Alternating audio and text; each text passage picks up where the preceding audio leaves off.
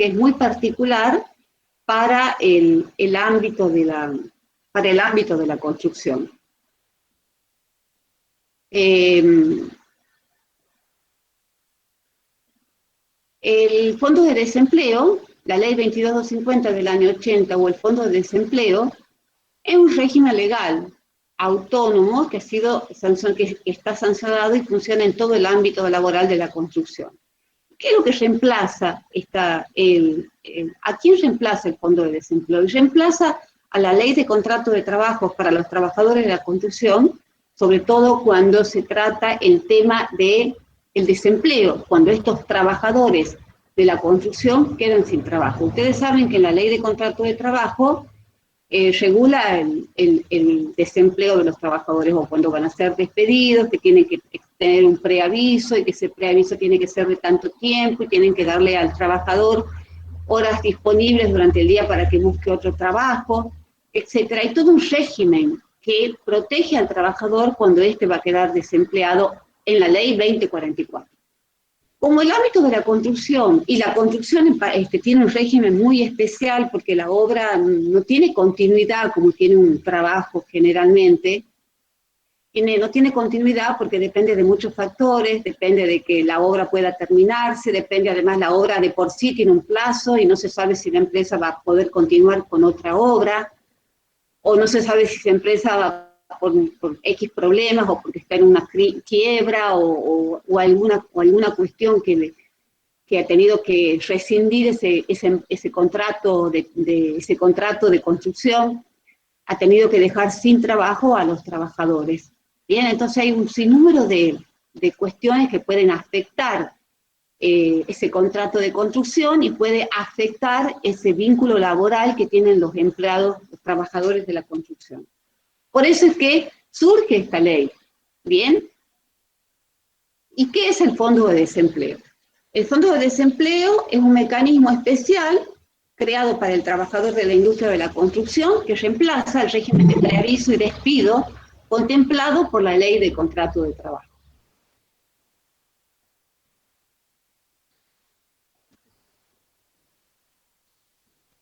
Bien, es lo que estábamos hablando recién.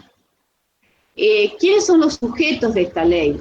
Los empleadores que ejecuten obras de arquitectura y de ingeniería.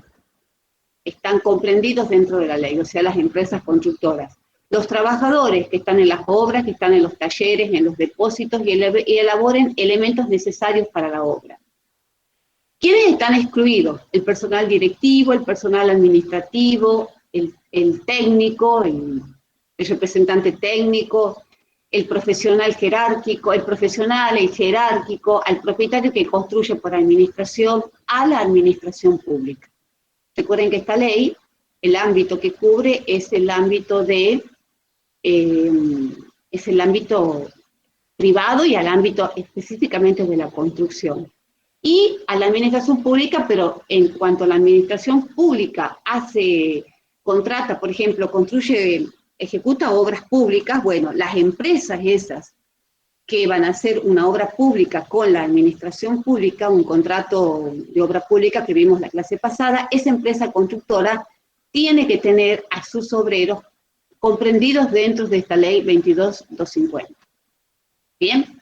Pero, por ejemplo, la administración pública, por ejemplo, la DAU, el Instituto de la Vivienda, etcétera, ninguna de estas instituciones están incorporadas ni sujetos a esta ley 22.50. Estos, ya dijimos, acuerdan con sus trabajadores en contratos administrativos de trabajo. ¿Qué es el IERIC? El IERIC es el Instituto de Estadística y Registros de la Construcción. ¿Y cuáles son las funciones del IERIC? Aplicar la ley 22.250, inscribir a cada empleador, contratista o subcontratista. Bien, recuerden cuando veíamos los sujetos que intervienen en el proceso de una obra, teníamos el contratista y a su vez al subcontratista, y cada uno tenían sus operarios. Este IERIC es una entidad pública no estatal sin fines de lucro, regida por el derecho privado, y su finalidad es la realización de actividades de estadística, censo y registro del sector de la construcción en todo el territorio de la República Argentina. El IERIC en Tucumán está en la San Martín 623. Entonces el IERIC además hace el contralor de que se cumplan con todas las exigencias que pide la ley, que se cumplan las exigencias de la ley 22250. El comitente, el director técnico, deben exigir la inscripción del contratista, subcontratistas en el IERIC y comunicar al IERIC el lugar de la obra y fecha de inicio. Bien, de no hacerlo, son solidariamente responsables de las obligaciones del contratista y subcontratista. O sea que el contratista y subcontratista no cumpliere con el fondo de desempleo, comitente y director técnico son solidariamente responsables. Bien, así que es muy importante que el comitente y el director técnico, cuando van a hacer una obra, se va a contratar una empresa, exigirle a la empresa y a la subcontratista el cumplimiento de esta normativa. ¿Qué es el fondo de desempleo y cómo funciona? Dijimos que sustituye al régimen de preaviso y aviso de la ley de contrato de trabajo. Se constituye como un aporte obligatorio a cargo del empleador en un banco oficial, que es del 8% el primer año y del 12% a partir del segundo año. El empleador debe depositar mensualmente los fondos, el fondo de desempleo, o sea, este 8 y 12%, dentro de los primeros 15 días del mes siguiente a la remuneración pagada. Está prohibido el pago directo del fondo al obrero. Bien, o sea que aunque el obrero nos pida, yo no quiero que usted me deposite el fondo de desempleo en el banco, requiero que ese dinero me lo dé, está prohibido por ley. El artículo 16 de la ley prohíbe. El fondo integra el patrimonio del obrero. Es inalienable, es irrenunciable, es inembargable, es intransferible. Bien, o sea que ese fondo de desempleo pasa a formar parte del patrimonio del trabajador y tiene carácter alimentario, por eso tiene todas estas características. Bien, no se puede renunciar, no se puede embargar, no se puede transferir. Esas son las características que tiene el régimen alimentario en nuestro país. Al cese de la relación laboral, el trabajador dispondrá del fondo y de la libreta de aportes. O sea que acá hace falta entonces el aporte del empleador del 8 y del 12%, el aporte que se haga en las fechas que corresponden, y que al cese de la relación laboral disponga de este fondo y de la libreta. Quiere decir que el empleador le tiene que exigir al trabajador una libreta de aporte. Entonces, esto ya hemos dicho, a partir del año de antigüedad, dicho aporte será del 8% y a partir del segundo, del 2%. Los fondos deben ser ingresados en una cuenta bancaria especial, denominado ese fondo de cese laboral para los trabajadores de la industria de la construcción, que el empleador deberá solicitar en una entidad bancaria de acuerdo a lo que establece la ley 22250. Estos fondos depositados, este fondo de desempleo, genera intereses en las cuentas bancarias a favor del trabajador.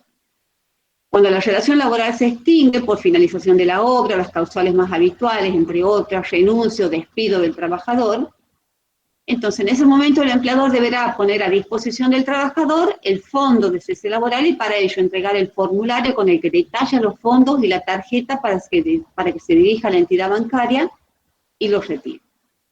Esto ya vimos quiénes son los sujetos comprendidos, quiénes son los sujetos que quedan excluidos. ¿Qué es la libreta de aportes? La libreta de aportes es un documento de carácter obligatorio expedido por el IERIC y figuran en esa libreta de aportes los datos personales del trabajador, la fecha de inscripción del trabajador en el IERIC, anotación de contratos anteriores, si es que ha trabajado para otras empresas constructoras, el registro de aportes efectuados por el empleador para el trabajador y acreditados por un banco autorizado. Al iniciarse la relación laboral, el obrero debe entregar a su empleador su libreta de aporte dentro de los 5 días hábiles de iniciada esa relación laboral. O sea que la empresa constructora le tiene que exigir al obrero que va a entrar a trabajar en esa obra la libreta de aportes. si que él tiene la obligación de entregársela al contratista o al subcontratista dentro de los 5 días hábiles de iniciar. Si no la posee, tiene que tramitarla el empleador, porque lo tiene que inscribir en el IERIC y tiene que tramitarla dentro de los 15 días hábiles contados desde la fecha que esté ingresado. Actualmente hay un Plan Nacional de Calificaciones, acá vemos las libretas de aportes, son de 2 tipos. Esta libreta de aporte es la común, y esta es una libreta de aporte que ha creado el Plan Nacional de Calificaciones. Se trata de un plan integral que abarca todos los niveles de formación, y que se capacita, no es obligatorio, el obrero decide si quiere capacitarse, lo que obviamente, además de trabajar, le va a llevar tiempo de estudio, de dedicación a estudiar y a capacitarse para poder tener una mejor formación para ofrecer un mejor servicio. Cumplido esta capacitación, el obrero va a tener el obrero que ha hecho esta capacitación va a tener una libreta diferente. Entonces, él va a tener una diferencia en relación a aquellos que no hayan hecho la capacitación. Con lo cual, esta persona seguramente va a tener mejores posibilidades de ingresar a una obra. Y la idea es esta, fortalecer los planteles con personal mejor formado y aumentando las calificaciones. También los va a ayudar a los trabajadores a fortalecer la inserción laboral a través de la mejora de la calificación de ese trabajador. ¿Y qué pasa cuando el empresario no cumple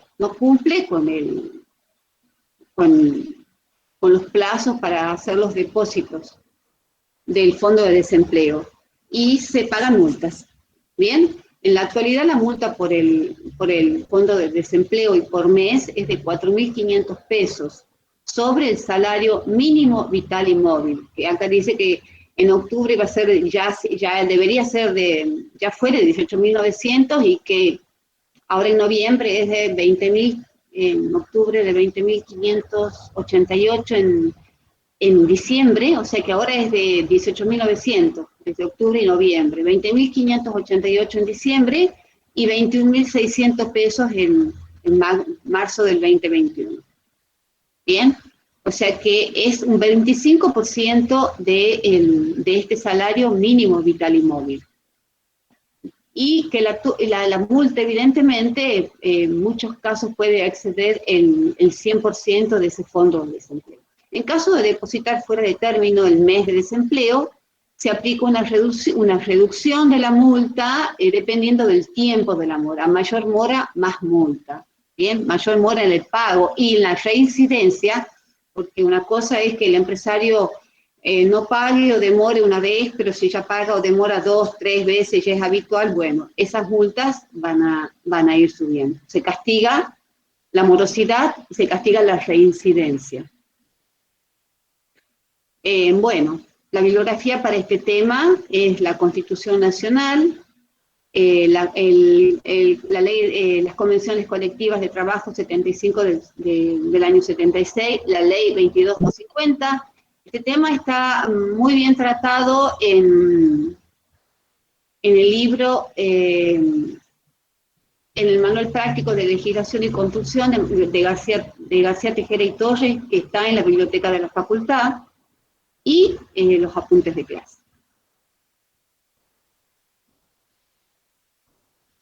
¿Alguna